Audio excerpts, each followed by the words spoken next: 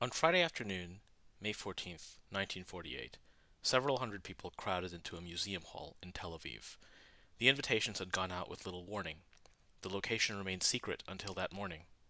British rule would expire at midnight, and everyone in the room knew that Arab armies were preparing to cross the borders. At the front stood David Ben-Gurion. He was short and broad, with white hair flaring out from both sides of his head. He read a declaration announcing the establishment of a Jewish state called Israel. The ceremony was about half an hour long. Outside that room, the country was already at war. Roads had been cut off, Jewish convoys had been ambushed, Palestinian towns were falling. Families had begun leaving homes that they expected to see again within days. No one in the museum could know exactly where the borders of the new country would lie, whether Jerusalem would survive, or how many people would still be living in the same place when the fighting ended. This first lecture asks a deceptively simple question. What did Israel's founding mean, and for whom? Welcome to Telos University, where curiosity is allowed to take its time. I hope you'll like and subscribe. For many Jews, 1948 marked national restoration after centuries of exile and persecution. The new state could shelter Jews without seeking any permission from another government. Coming only 3 years after the liberation of the Nazi death camps, independence was about rescue. For Palestinians, the same war brought the Nakba, the Arabic word for catastrophe. Around 750,000 Palestinians fled or were expelled. Hundreds of villages were emptied. The Arab society that had formed the majority population of Palestine was broken apart. Those memories describe the exact same historical process from opposite human positions. A good history has to explain both. It also has to resist turning either population into a single character with one intention. Zionists disagreed over territory and diplomacy, while Palestinians fought over strategy and leadership. Arab rulers, meanwhile, pursued interests that could conflict with Palestinian independence. So we have to go way back before Ben-Gurion entered that museum hall. We have to begin with a journalist in Vienna who did not speak Hebrew. There's this guy named Theodor Herzl. He was born in Budapest in 1860 and made his career in Vienna, one of the great capitals of Europe. He studied law, moved into journalism, wrote plays, and inhabited the world of cafes and newspapers. He came from an assimilated Jewish family. So, really, he didn't grow up preparing to lead a movement back to Palestine. The historian Benny Morris introduces him in a way that captures how improbable his career looked at first. Quote, initially, the Zionist settlement enterprise was haphazard and disorganized, but in the mid-1890s, at last, an organizer and prophet arose. He was an unlikely savior. Theodor Herzl was born in Budapest in the Austro-Hungarian Empire to an assimilated German-speaking Jewish family. He was a doctor of law, but quickly changed professions and became a successful journalist, feuilletonist, and playwright. The coffee shops, theaters, and salons of Vienna were his milieu. Herzl knew no Hebrew, Yiddish, or Russian, and had no contact with the poor masses of Eastern Europe. Unquote. The event usually associated with Herzl's conversion to Zionism is the Dreyfus Affair. Alfred Dreyfus was a Jewish officer in the French army who was falsely convicted of treason in 1894. Herzl covered the affair as a journalist. He watched crowds in Paris direct their fury towards Jews and concluded that assimilation had failed. European liberalism could offer rights, but then withdraw them under pressure. Jews needed political power of their own. In 1896, Herzl published The Jewish State. The following year, he organized the first Zionist Congress in Basel. The delegates called for a publicly secured home for the Jewish people in Palestine. They avoided the language of sovereignty in their official formula, though Herzl's private ambition was crystal clear. Herzl died in 1904 at the age of 44. He never saw the Ottoman Empire fall, and he never lived to see a Jewish state. But he did create an international political organization that could keep on working after him. Meanwhile, Jewish immigrants had already begun moving to Ottoman Palestine. They purchased land and founded agricultural settlements. Most Jews leaving Eastern Europe went elsewhere, especially to the US. The people who went to Palestine formed a much smaller and unusually committed stream. Palestine already had a society. In around 1881, its population included about 450,000 Arabs and 25,000 Jews. Most of the Arab population lived in villages. Jaffa was a port city that was all about citrus exports. Jerusalem had Muslim communities, but it also had Christian and Jewish communities. And Arabic-speaking residents identified through their family and their religion, while there was a more explicitly Palestinian political identity that had to develop over the next few decades. One of the most revealing early encounters involves another man, whose last name was al-Khalidi. Yusuf Diya al-Khalidi had served as mayor of Jerusalem. In 1899, he wrote to the chief rabbi of France, hoping that his letter would reach Herzl. He acknowledged that there was a Jewish historical connection to Palestine, and described Zionism as understandable in principle. Then he pointed to people who already lived there. The project, he warned, would face resistance. His plea was simple: please leave Palestine in peace. Herzl replied with reassurance. Jewish immigration, he argued, would enrich the country and benefit its inhabitants. He rejected al-Khalidi's fear that the movement's success would place Arabs under Jewish rule. That exchange sort of contains the entire conflict in miniature. Herzl saw a refuge for persecuted people and a program of modernization, but al-Khalidi saw something much different. He saw an organized national movement seeking power in his homeland. Each man understood something real. Their expectations could not easily occupy the same political space. The First World War overturned the setting in which all of this had taken place. Britain conquered Palestine from the Ottoman Empire. In November 1917, Foreign Secretary Arthur Balfour issued a declaration supporting the establishment of a national home for the Jewish people in Palestine. The declaration also said that the civil and religious rights of the existing non-Jewish communities should remain protected. That phrasing deserves a lot of attention. Arabs had, in that time, formed the overwhelming majority of the population, yet the document described them according to what they were outside the project that Britain had endorsed. It recognized Jewish nationhood and assigned Palestinian Arabs a set of individual protections. After the war, the League of Nations placed Palestine under British administration. The mandate incorporated the Balfour Declaration and required Britain to facilitate Jewish immigration and settlement. Rashid Khalidi argues that this constitutional design placed the two communities in radically different positions. In his book The Iron Cage, he writes, "Indeed, it could be argued that the constitutional structure of the regime built in Palestine on the basis of the mandate was specifically designed by the British architects to exclude national self-determination for the Arab majority, even while facilitating the same end for the Jewish minority." The mandate for Palestine included the entire text of the Balfour Declaration, notably its provisions relating to the establishment in Palestine of a national home for the Jewish people. It included 6 articles relating to the obligations of the mandatory power to foster and support this endeavor. That's Khalidi. Britain had created a system in which a Palestinian parliament posed an immediate and severe problem. An elected body would have an Arab majority, which would probably restrict the Zionist project. So Britain resisted representative government for most of the mandate. This left Palestinian leaders in the trap. Britain offered them advisory institutions only if they accepted the mandate's commitment to a Jewish national home. Acceptance would have required them to recognize a framework that denied their own national claim. Refusal left them with little access to official power. There's another figure that we should meet here, Chaim Weizmann. He was a Russian-born chemist who settled in Britain and cultivated so many relationships with senior politicians. He had the social ease that Herzl often lacked. Weizmann helped persuade British leaders that Zionism aligned with humanitarian feeling and imperial interests. The Zionist movement also built institutions within Palestine.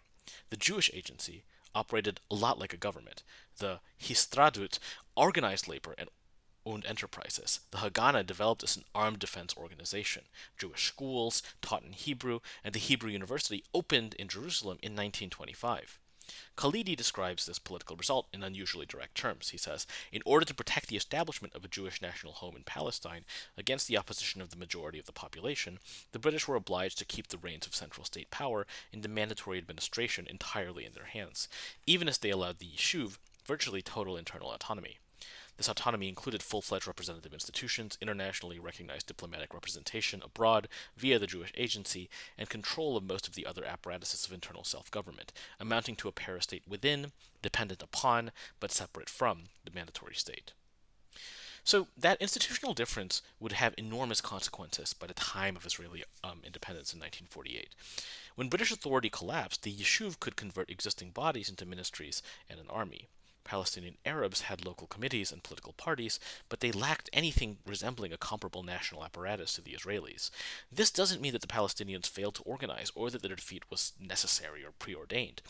Every population entered the final crisis with a different relationship to power. Zionist leaders, however, had been spending decades preparing for sovereignty, while Palestinian leaders had spent decades demanding access to a government whose constitutional design basically kept them away from sovereignty. By the 1930s, the conflict had grown more intense. Jewish immigration accelerated after Hitler came to power in Germany. Palestine's Jewish population rose from, check this, 175,000 in 1931 to 460,000 in 1939. Palestinians could see where this trend might lead. In 1936, Palestinians launched a general strike. The protest widened into an armed revolt against British rule and Zionist immigration. For several months, rural fighters controlled large areas of the countryside. Britain eventually deployed major force to suppress them. The revolt revealed deep popular participation. It also exposed divisions among leading Palestinian families. Hajj Amin al-Husayni, the Mufti of Jerusalem, dominated the national movement. The Nashahibi family and its allies opposed his leadership. Their rivalry turned violent, and the revolt acquired elements of an internal Palestinian conflict. British repression devastated the society that would have to fight again less than a decade later. Thousands were killed or wounded. Leaders were imprisoned or driven abroad. Weapons were confiscated. Experienced fighters disappeared from the field. Khalidi draws the line from that defeat to 1948. He says, the repression of the revolt had an impact on the Palestinians' ability to fight thereafter, and on the already fractured capabilities of their national leadership. A high proportion of the Arab casualties included the most experienced military cadres and enterprising fighters. By the end of the revolt, most of the top Arab political leaders and thousands of other militants and fighters were imprisoned, interned by the British in the Seychelles, in exile or dead. The British also confiscated large quantities of arms and ammunition from the Arabs during the revolt, and continued to do so during later years. The Yishuv emerged from these years, then, with a different experience. The Haganah gained training, and Jewish forces cooperated with Britain in counterinsurgency operations. Zionist institutions expanded, while their Palestinian counterparts suffered an immense amount of destruction. And then what? And then Europe descended into the Second World War. The Holocaust changed Zionism's urgency and its international standing. 6 million Jews were murdered. Survivors crowded displaced person camps after 1945, especially in the very visible American occupation zone of Germany. Many Jews wanted to leave Europe. Palestine offered refuge and a momentum towards a collective future. But still, Britain limited Jewish immigration under the 1939 White Paper. Ships carrying Jewish refugees tried to run the blockade, most famously the Exodus in 1947. British forces intercepted it and eventually sent its passengers back to Germany. Images of Jewish survivors being forced toward the country where the genocide had occurred damaged Britain's position and strengthened support for Zionism. Palestinians viewed the post-war crisis through another history. European states had persecuted Europe's Jews. Palestinian Arabs believed that they were being asked to surrender political control of their own country as payment for a crime that they had not committed. Many supported the democratic state, with an Arab majority, and limited Jewish immigration. Zionists understood such a state as the end of their national project and a dangerous return to minority status. Britain had exhausted its will to govern. In 1947, it gave the problem up to the United Nations. The UN created a committee to study Palestine. Most of the members of the UN recommended partition. One state would be Jewish, one state would be Arab. Jerusalem would receive international administration. The proposed Jewish state covered about 55% of Palestine. Jews made up about one-third of the population and owned a much smaller share of the land. Much of the territory assigned to the Jewish state lay in the Negev desert, though the map also included the fertile coastal plain. The proposed Jewish state would contain a very large Arab minority. Zionist leaders accepted partition, even though many hoped for different borders. The plan offered international recognition and a route to sovereignty. The Palestinian leadership rejected it. From its perspective, the United Nations was dividing an Arab-majority country against the wishes of its inhabitants. Several 100,000 Arabs would find themselves inside a Jewish state. Acceptance would confirm a political order that Palestinians had resisted since the Balfour Declaration. On November 29, 1947, the General Assembly approved partition. The vote was broadcast around the world. Morris captures what the night felt like inside the Yishuv. The night of the 29th and to 30th of November passed in the Yishuv settlements in noisy public rejoicing. Most had sat glued to their radio sets broadcasting live from Flushing Meadow. A collective cry of joy went up when the two-thirds mark was achieved. A state had been sanctioned by the international community. The young poured into the streets and danced and celebrated around bonfires. Ben-Gurion was also gloomy, but for another reason. Ben-Gurion said, "I could not dance, I could not sing. I looked at them so happy dancing, and I could only think that they were all going to war." A few miles from those bonfires stood Palestinian villages where the mood was entirely different. People had just heard an international organization assign much of their country to a state organized around another national community. The United Nations had approved a map. It had no army ready to enforce that map. Britain announced that it would leave and refused to implement partition. The question passed from diplomats to armed organizations. The next morning, Arab gunmen attacked two Jewish buses near Petah Tikva and killed 7 people. The precise motives involved revenge as well as reaction to the vote. Whatever the immediate cause, the attacks helped open the civil war. The first part of the war took place while Britain was still governing Palestine. Palestinian fighters attacked Jewish traffic and isolated settlements. The most important struggle centered on the road between Tel Aviv and Jerusalem. Jerusalem at this time had a Jewish population of about 100,000 people. Supplies had to travel through hills where Palestinian villages overlooked the road. Convoys carrying food and fuel faced ambushes. By 1948 March, the city's Jewish population was under severe pressure. Now there's a young Palestinian commander at the center of the story named al-Qadir al-Husayni. He came from one of Jerusalem's leading families and had fought in the revolt of the 1930s. Al-Husayni organizes forces around Jerusalem and directs attacks on the road. He had all this personal prestige and military experience, resources in short supply on the Palestinian side. The Haganah initially operated defensively, but that approach changed in April. Jewish forces launched Operation Nachshon to open the Jerusalem Road. The operation formed part of a wider military framework called Plan Dalet. Plan Dalet has generated fierce historical dispute. Some Palestinian historians have treated it as a blueprint for expulsion.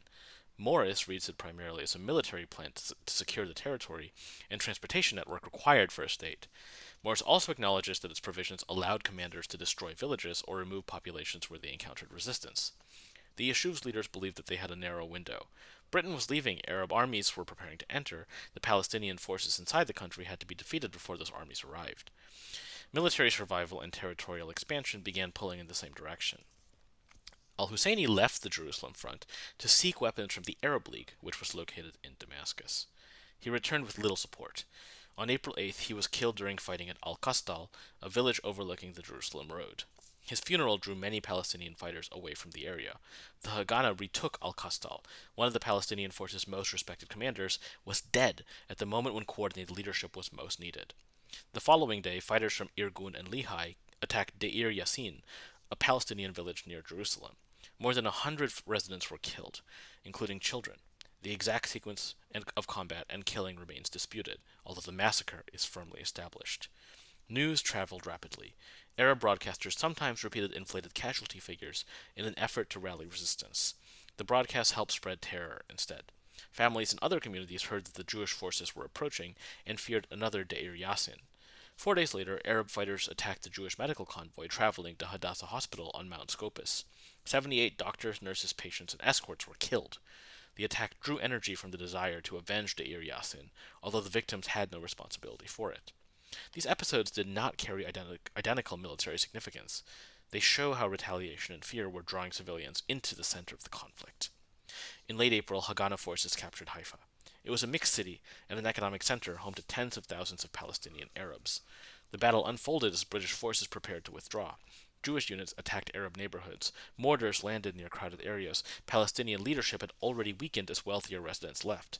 When resistance collapsed, most of the Arab population fled toward the port, where boats carried refugees north. Jewish officials urged some residents to remain. Other Haganah actions contributed directly to panic and flight. Haifa cannot be reduced to a single evacuation order or a single act of expulsion. Jaffa fell next. It was the leading Palestinian Arab port and a center of journalism and commerce. Irgun forces attacked it from Tel Aviv. The Haganah encircled the city. Most of the Arabs fled. The losses of Haifa and Jaffa reached far beyond the inhabitants who left. Cities connected villages to markets and schools. They housed newspapers and professional organizations. When the cities collapsed, the political and economic tissue of Palestinian society tore with them. What Khalidi says is Arab Palestine was crumbling, and the implications of the absence of a single Palestinian national authority that could have raised and organized forces to defend it were now acutely clear. As individual cities, towns, and villages, most often defended by their own inhabitants with scarce help from outside, fell to the well-organized centralized forces of a state that had not yet been declared. Before his death, al-Husayni had rushed back to join in the al-Kastal battle from Damascus, where he had been unsuccessfully begging for more arms from the Arab League's military commerce. By the middle of May, maybe 300,000 Palestinians had fled or been expelled. This occurred before the neighboring Arab armies entered the country. The refugee crisis was already well underway when Israel declared independence. Jewish communities had also suffered losses. The Yatzian bloc south of Jerusalem fell just before the declaration. More than 100 Jewish defenders were killed at Kfar Etzion during the battle or after surrender. Survivors from nearby settlements went into captivity. For Jews in the Yishuv, events like Kfar Etzion reinforced the fear that defeat could bring annihilation. That fear drew force from the Holocaust, which had ended just a few years earlier, but it also drew force from threatening rhetoric among some Arab leaders. The Yishuv possessed stronger institutions and increasingly superior military organization than the Palestinians, but the fear could still be sincere. Strength and vulnerability can, after all, coexist in the same population, especially when recent memory includes genocide. By May 14th, the Haganah had taken the offensive and Palestinian organized resistance was collapsing across much of the country. Ben-Gurion read the declaration in Tel Aviv. The document connected the new state to Jewish history and the recent catastrophe in Europe. It promised equality of social and political rights to all inhabitants. It also called on Arab residents to preserve peace and participate in the country's civic life. Those promises would provide an important language for later Israeli courts and political movements. The ceremony also occurred amid the displacement of Palestinians whose homes lay inside the emerging state. The civic ideal and the wartime transformation entered Israeli history together. The declaration did not specify borders. Ben-Gurion had no interest in limiting Israel to the partition lines while the war remained undecided. The U.S. recognized the provisional government almost immediately, and the USSR soon followed. At midnight, the British mandate ended. Forces from Egypt, Transjordan, Syria, Iraq, and Lebanon all entered the former mandate. This is often remembered as a united Arab invasion. The armies had separate objectives and weak coordination. King Abdullah of Transjordan wanted the Arab portions of Palestine assigned under the partition plan, especially the hill country later known as the West Bank. He had already communicated with Zionist representatives about dividing Palestine between his kingdom and a Jewish state. He had little enthusiasm for an independent Palestinian government led by the Mufti. Abdullah's Arab Legion was the strongest Arab army, trained and partly commanded by British officers. It concentrated on Jerusalem and the West Bank. Egyptian leaders distrusted Abdullah and feared the expansion of Hashemite power. Syria had its own territorial concerns. The Arab governments publicly presented the intervention as a rescue of Palestine, but their competition also weakened the campaign from the beginning. Israel also faced some serious danger. Egyptian forces were advancing northward. Syrian troops were entering near the Sea of Galilee, while the Arab Legion captured the Jewish quarter of Jerusalem's Old City and held Latrun, blocking the main road to western Jerusalem. The newly established Israel Defense Forces had stronger central organization than its opponents, along with growing access to weapons. Arms from Czechoslovakia played an important role. Jewish immigrants arrived and entered military service. The balance continued moving towards Israel. Ben-Gurion understood that a state could not tolerate several independent armies. The Haganah was reorganized as the Israel Defense Forces. Irgun and Lehi were expected to dissolve their separate commands. That process produced a crisis in June 1948. An Irgun ship called the Altalina arrived carrying weapons and fighters. Irgun leader Menachem Begin wanted some of the weapons assigned to Irgun units, especially those fighting in Jerusalem. The government demanded control of the shipment. Negotiations failed. Fighting broke out. Government forces shelled the ship near Tel Aviv, and 16 Irgun members were killed along with 3 IDF soldiers. Begin ordered his followers to avoid a broader civil conflict. Ben-Gurion had asserted that the government's monopoly over armed force. The event was traumatic, but it helped establish that Israel would have one national military. On the Palestinian side, no comparable authority could impose coordination. Local militias answered to different commanders. The Arab Liberation Army distrusted forces associated with the Mufti. Arab governments supplied or withheld assistance according to their own calculations. The contrast in command had immediate consequences. Israel could move troops and weapons according to national priorities. Palestinian communities often defended themselves with whatever men and ammunition happened to be available. The first truce came when the UN arranged one beginning on June 11th. Both coalitions reorganized, but Israel benefited more. Weapons arrived, soldiers trained, and government institutions settled into cooperation. The new state was converting wartime mobilization into durable authority. When fighting resumed in July, Israel launched Operation Dani against Lida and Ramlah. These Palestinian cities sat near the road linking Tel Aviv and Jerusalem. Israeli leaders also feared that the Arab Legion might use them as a base for an assault toward Tel Aviv. The IDF captured both cities. Fighting in Lida included the killing of civilians and prisoners after a brief renewal of resistance. Ben-Gurion then authorized the removal of the population. Tens of thousands of residents were driven east. Morris's account of the march is worth hearing in full. Quote, "From Lydda, the inhabitants left on foot, some being stripped of money and jewelry by IDF troops at checkpoints on the way out. From Ramla, the population was trucked to a point near the village of al-Quzab, where they proceeded eastward on foot. During the following day, suffering from hunger and thirst, dozens probably died on the way to Ramallah.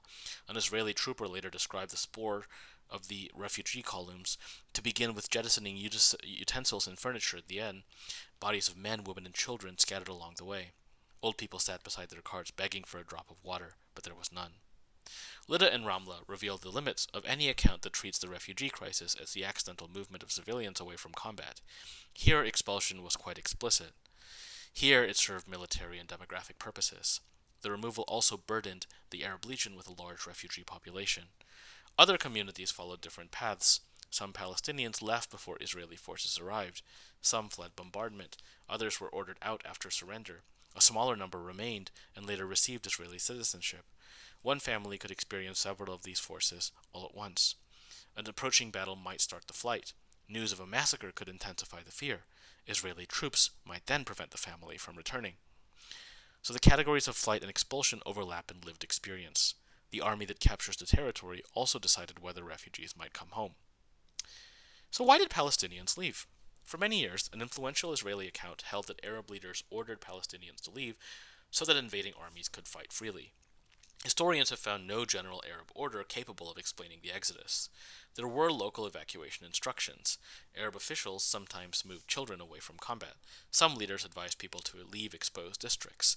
Those decisions account for a limited portion of the refugees. Direct Israeli expulsions played an important role. Lydda and Ramla offer the clearest large example. Israeli forces also expelled residents from villages during operations in the Galilee and the south. Combat produced another large portion. Shelling made cities unlivable. Local leadership collapsed. Roads closed and food supplies failed. Fear moved ahead of armies. The refugee crisis developed in waves. Wealthier urban families often left first, using connections in neighboring countries. Their departure weakened the institutions that remained. Villagers received relatives carrying stories from nearby battles. A family might lock its home and carry only enough food for several days, confident that the war would pass. Zionist leaders had discussed population transfer well before 1948. The Peel Commission had introduced transfer into official partition proposals in 1937, and several major Zionist figures supported the idea in private. The movement never adopted a universal public plan to expel all Palestinians. During the war, the departure of Palestinians increasingly appeared advantageous to Israeli leaders. Fewer Arab residents met fewer potential opponents and a stronger Jewish majority. Military operations produced displacement, and the government then preserved the demographic result by barring mass return. That post-war decision fixed the refugee crisis in place. Palestinians trying to return were frequently stopped by Israeli forces. Their land and property came under state control. Many emptied villages were demolished. Jewish immigrants moved into abandoned urban homes or settled on former village lands. The United Nations adopted Resolution 194 in December 1948. It called for refugees wishing to return and live at peace to be permitted to do so at the earliest practicable date, with compensation for others. Israel resisted a mass return, arguing that it would threaten the new state's security and Jewish character. The refugees remained outside. So how did Israel win? Israel's victory is sometimes told as this miraculous triumph of a tiny community against the entire Arab world. But the achievement, while remarkable, it sort of distorts the military situation. The Yishuv, as we've seen, had spent decades building institutions that could mobilize people and money. It possessed a central military command. The Haganah had tens of thousands of members, and many Jewish veterans had received training in the British Army during the Second World War. Palestinian Arab society entered the conflict after the crushing of the 1936 to 1939 revolt. Its leadership was divided. Its military forces were smaller and locally organized. The Arab states had larger combined populations, but their armies were relatively small. Their governments distrusted one another. King Abdullah had secured understandings that limited the objectives of the Arab Legion. Egypt entered partly to prevent Abdullah from dominating Palestine. Morale had a different character on every side. Israeli Jews believed they were fighting for national survival. Palestinians thought they were defending their country, but they lacked a government capable of organizing their commitment across the entire territory. Israel won through stronger preparation and command, aided by Arab division. Its victory expanded the territory under Jewish control beyond the partition map. We can now return to the question with which we began. What did Israel's founding actually mean? For Jewish survivors in Europe, Israel offered a destination at a time when returning home could mean confronting the people who had taken their property or murdered their families. For Jews across the world, sovereignty offered a form of protection unavailable to a scattered minority. The state also realized a long cultural project. Hebrew was now the language of government and public life. Jewish holidays organized a national calendar. Jews could exercise political power in a land central to Jewish history. The victory came at a terrible cost. Around 6,000 Jews were killed, close to 1% of the Jewish population. Nearly every community knew someone who had died. For Palestinians, Israel's establishment meant the destruction of the political world in which they had expected to exercise independence. Families were scattered across borders, land and homes were lost. Jaffa's cultural life was broken, villages disappeared from the landscape. The word Nakba names that collective rupture. It includes military defeat and exile, along with the collapse of a society's ability to govern its future. The two outcomes were connected. Israeli independence did not logically require every expulsion that occurred. The state that emerged benefited deeply from the territorial and demographic consequences of Palestinian displacement. That distinction allows moral judgment to be precise. Jewish self-determination arose from a real history of persecution and attachment to the land. Palestinian dispossession also arose from concrete decisions made by armies and governments. Acknowledging one doesn't mean we have to erase the other. The founding generated an enduring conflict over legitimacy. Many Israelis came to believe that Palestinian recognition of the Nakba threatened the moral basis of their country. Many Palestinians came to treat Jewish historical attachment as a story designed solely to justify their removal. But history asks us to resist both forms of erasure.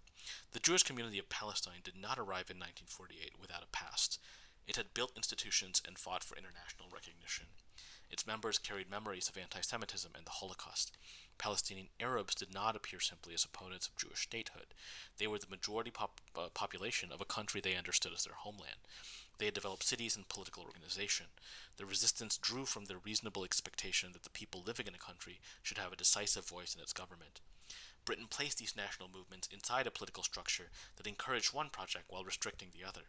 The UN proposed separation after decades of conflict. War determined the final map. The armistice agreements stopped the fighting without resolving the conflict. Israel wanted recognition and security. Arab governments refused formal peace. Palestinian refugees demanded return, and Israel feared that return would undo the Jewish majority created through the war. Jerusalem was still divided, and there was still no Palestinian government. The borders awaited another confrontation. Our next lecture will enter Israel's first 2 decades. The country will go on to absorb mass Jewish immigration, construct a national culture, and impose military rule on its Palestinian citizens. New divisions will emerge between Europe and Eastern and Middle Eastern Jews. The argument over religion and public life will take institutional form. But for now, remember the people with whom we began. Herzl in a Viennese cafe, trying to imagine a political answer to European anti-Semitism. Al-Khalidi in Jerusalem, recognizing Jewish history while warning that Palestine already had a population. Al-Husayni returning from Damascus without the weapons he so desperately needed. And Ben-Gurion in Tel Aviv, reading a declaration while armies prepared to cross the borders. But perhaps above all, the families on the road from Lida, carrying out what they can as they walk east in the July heat. Israel independence and the Palestinian Nakba came out of the same war. Each name directs our attention toward a different human result. To understand the founding of Israel, we have to keep both in our field of vision. Thank you for listening to Telos University, where curiosity is allowed to take its time.